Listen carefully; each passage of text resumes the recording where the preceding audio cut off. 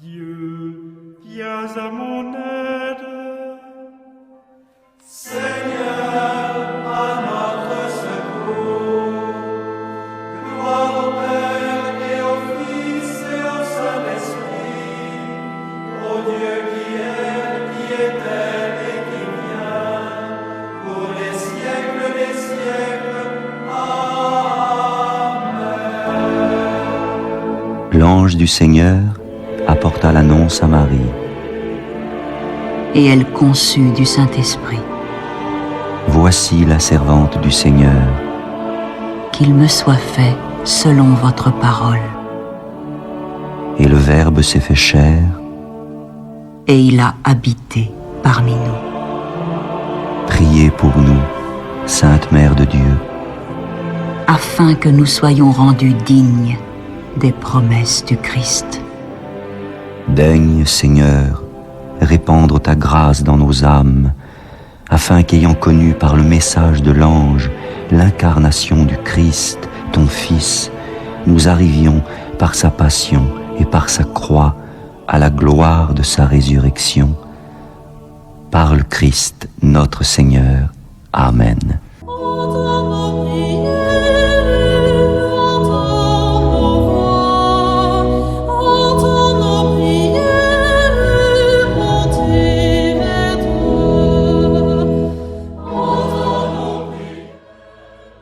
Seigneur, dans le silence de ce jour naissant, je viens te demander la paix, la sagesse, la force.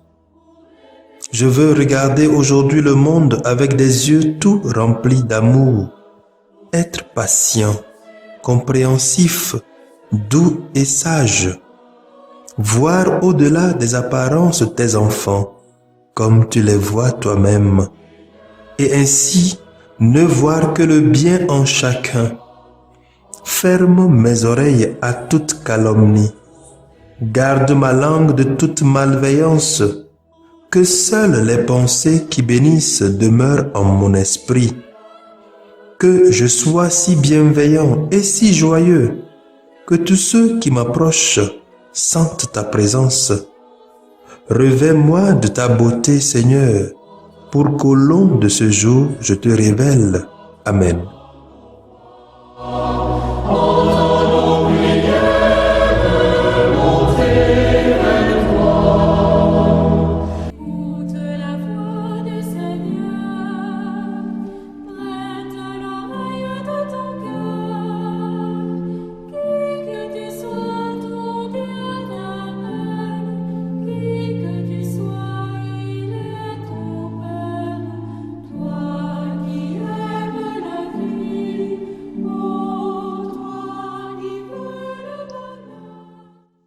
Écoutons les lectures de ce mardi 22 septembre 2020, lues par la sœur Christine Pania, NDA, et le diacre Etienne Koujo Mathias SMA, et commentées par le père Augustin Kamoki SMA. Lecture du livre des Proverbes chapitre 21, versets 1 à 6 et du chapitre 10, verset 13. Le Seigneur dispose du cœur du roi comme d'un canal d'irrigation. Il le dirige où il veut. La conduite d'un homme est toujours droite à ses yeux, mais c'est le Seigneur qui pèse les cœurs. Accomplir la justice et le droit plaît au Seigneur plus que le sacrifice. Regarder de haut, se rengorger, ainsi brillent les méchants, mais ce n'est que péché. Les plans de l'homme hâtif lui assurent du profit, mais la précipitation conduit à l'indigence. Une fortune acquise par le mensonge, illusion fugitive de qui cherche la mort. Le méchant ne désire que le mal. Il n'a pas un regard de pitié pour son prochain. Quand on punit l'insolent, l'étourdi devient sage. Le sage, il suffit de le raisonner pour qu'il comprenne. Le juste considère le clan du méchant. Le méchant pervertit les autres pour leur malheur. Qui fait la sourde oreille à la clameur des faibles criera lui-même, sans obtenir de réponse. Parole du Seigneur. Guide-moi, Seigneur, sur la voie de tes volontés. Guide-moi, Seigneur, sur la voie de tes volontés. Heureux les hommes intègres dans leur voie, qui marchent suivant la loi du Seigneur. Montre-moi la voie de tes préceptes, que je médite sur tes merveilles. Guide-moi, Seigneur, sur la voie de tes volontés. J'ai choisi la voie de la fidélité. Je m'ajuste à tes décisions. Montre-moi comment garder ta loi, que je l'observe de tout cœur. Guide-moi, Seigneur, sur la voie de tes volontés. Guide-moi sur la voie de tes volontés. Là, je me plains. J'observerai sans relâche ta loi, toujours et à jamais. Guide-moi, Seigneur, sur la voie de tes volontés.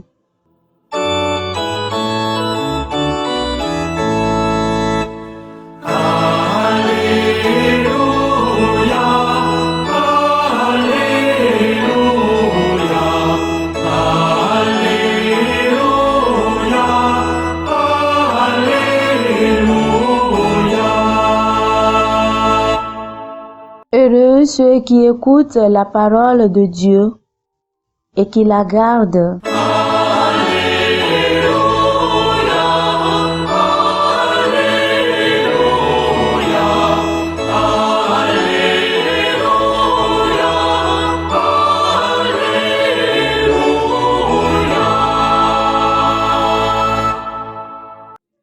Le Seigneur soit avec vous.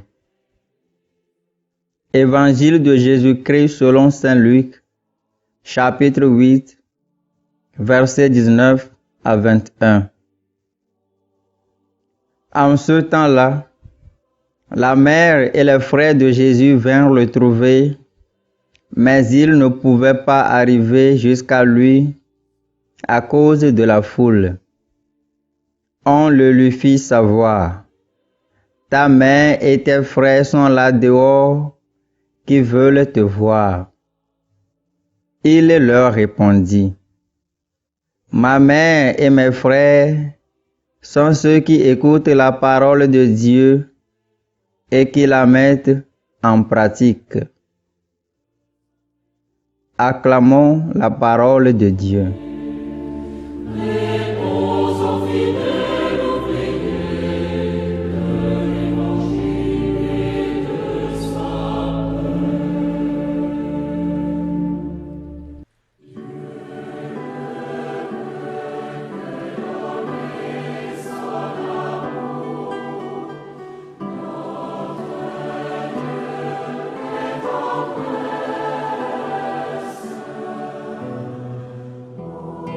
Bless the Lord, O my soul, and all that is within me, God's holy name.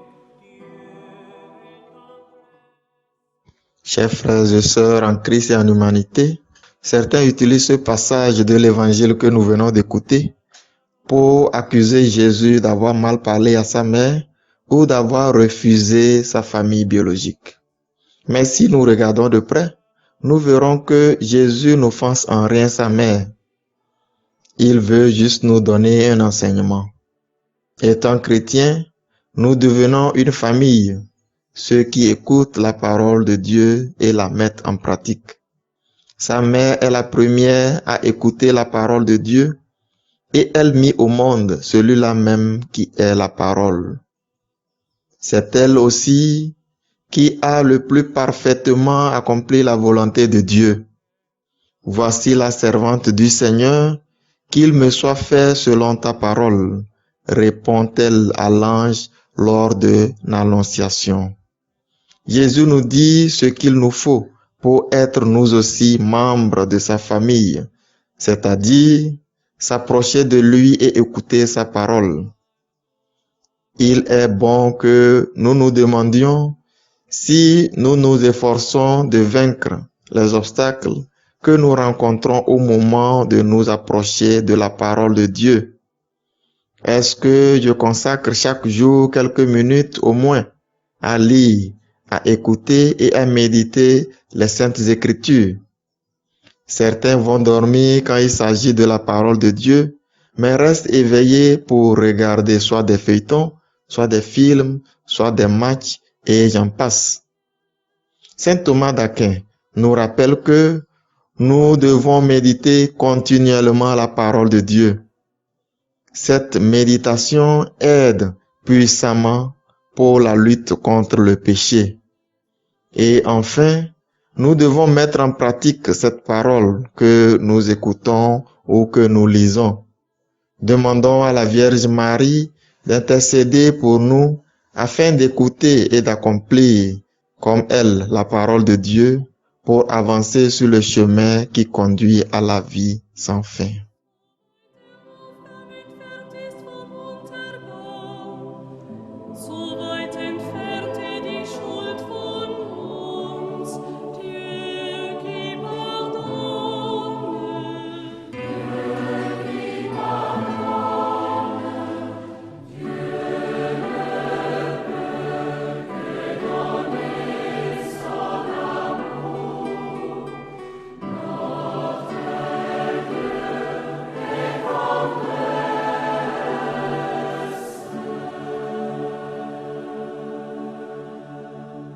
Le Seigneur soit avec vous. Et avec votre esprit. Que Dieu Tout-Puissant vous bénisse, le Père, le Fils et le Saint-Esprit. Amen.